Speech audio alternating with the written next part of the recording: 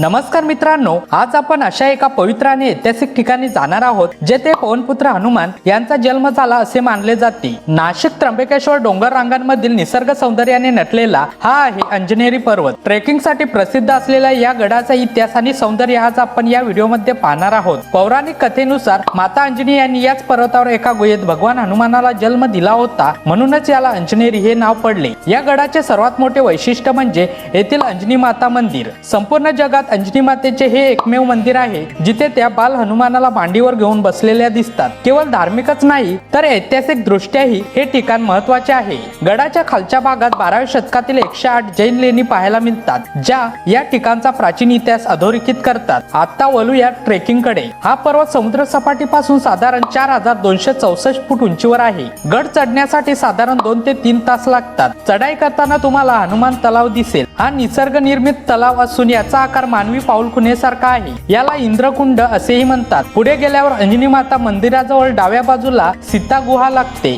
जिथे सुंदर कोरीव काम पाहायला मिळते। पावसाळ्यात इथले वातावरण अत्यंत आल्हाददायक असते। चहूकडे हिरवळ आणि छोटे धबधबे या ट्रेकचा आनंद द्विगुणित करतात। अंजनेरीला भेट देण्यासाठी जून ते जानेवारी हा काल सर्वोत्तम आहे। पावसाळ्यात निसर्ग पूर्ण बहरलेला असतो, तर हिवाळ्यात इथला सूर्योदय पाहण्यासारखा असतो। ट्रेकिंगसाठी सकाळी 7 ते संध्याकाळी 6 ही वेळ योग्य आहे। येथे पोहोचणे खूप सोपे आहे। नाशिक पासून हे अंतर 20 ते 25 किलोमीटर आणि त्र्यंबकेश्वर पासून साधारण 6 ते 11 किलोमीटर आहे। नाशिक त्र्यंबकेश्वर रस्त्यावरून जाणाऱ्या कोणत्याही बसने तुम्ही अंजनेरी फाट्याला उतरू शकता। तिथून 2 किलोमीटरवर अंजनेरी पायथ्याचे गाव आहे। जवळचे रेल्वे स्टेशन नाशिक रोड हे आहे। तर मित्रांनो, जर तुम्हाला ट्रेकिंग सोबतच आध्यात्मिक शांतता हवी असेल तर अंजनेरी पर्वताला नक्की भेट द्या। तुम्हाला हा व्हिडिओ कसा वाटला कमेंट्स मध्ये नक्की सांगा आणि अशाच नवनवीन माहितीसाठी आमच्या चॅनलला सबस्क्राइब करायला विसरू नका। जय बजरंगबली।